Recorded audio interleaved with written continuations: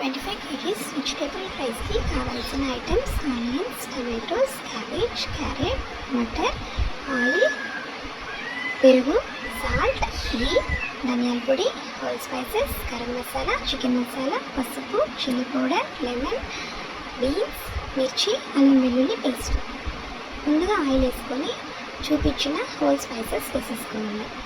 పట్ట, లవంగం, ఇలాచి, జాపత్రి, షాహీ జీరా, జీరా,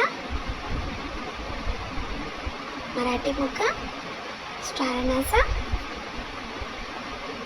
పెద్ద ఇలాచి,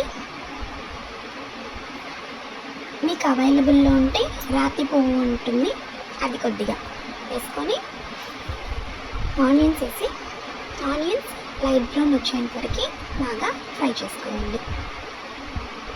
ఆనియన్స్ ఇలా లైట్ బ్రౌన్ వచ్చాక మిర్చి వేసుకొని మిర్చి కూడా 1 minute ఫ్రై చేసుకోవాలి.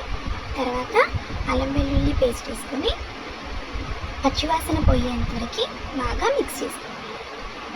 ఆ తర్వాత మన దగ్గర ఉన్న అన్ని వెజిటేబుల్స్ వేసేసుకోవాలి. Carrot, cauliflower, matar, beans. 25 kgs రైస్కి 1 లీటర్ పెరుగు వేసుకొని బాగా మిక్స్ చేసుకోవాలి. ఆ తర్వాత ముందుగా కట్ చేసుకున్న టమాటోస్ కూడా యాడ్ చేసుకోవాలి. టమాటోస్ వేసుకున్న తర్వాత ధనియాల పొడి 2 packets, 1 packet garam masala, 2 packets chicken masala, కొద్దిగా పసుపు, తర్వాత మిర్చి పౌడర్. లెమన్ క్లిప్పింగ్ మిస్ అయింది, మీరు ఈ టైంలో లెమన్ కూడా యాడ్ చేసుకోవచ్చు. ఆ తర్వాత టమాటోస్ మెత్తగా అయ్యి ఆయిల్ పైకి తేలేంత వరకు బాగా మిక్స్ చేసుకోవాలి.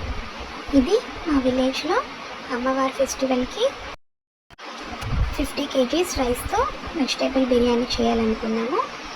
ఆల్రెడీ 25 kgs చేసేసాము. 50 kgs ఒకేసారి చేయాలంటే కష్టం కాబట్టి 2 డబ్బరాలు సపరేట్గా చేస్తున్నాము. ఇలా బాగా మిక్స్ చేసుకోవాలి.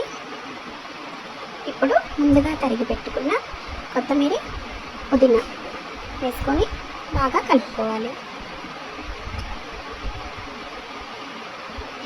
తర్వాత ఒక మగ్ రైస్కి 2 mugs వాటర్, అలాగా 50 kgs రైస్ ఎన్ని మగ్స్ పడుతుందో దాని డబుల్ వాటర్ వేసుకొని వాటర్ బాగా బాయిల్ అవ్వాలి. తర్వాత వెజ్జీస్ సాఫ్ట్ అయ్యాక కాస్త ముందుగా వాష్ చేసి నానబెట్టుకున్న రైస్ యాడ్ చేసేయాలి. ఇప్పుడు మనం రైస్ యాడ్ చేసుకొని ఒకసారి బాగా మిక్స్ చేసుకోవాలి. చూసారుగా వాటర్ ఎంత ఎక్కువగా ఉందో. ఇప్పుడే అసలు ట్రిక్ స్టార్ట్ అవుతుంది. మనము ఇంట్లో ఏం చేస్తాము, బాగా రైస్ సాఫ్ట్ అయ్యేంతవరకు గ్యాస్ మీదే ఉంచుతాము, చూసుకొని ఆఫ్ చేసుకుంటాము. కానీ ఇక్కడ ఎన్ని కేజీస్ చేసేటప్పుడు మాస్టర్ ఇలా చేయలేదు. వాటర్ రైస్ ఈక్వల్గా వచ్చినప్పుడు గ్యాస్ ఆఫ్ చేసేసారు.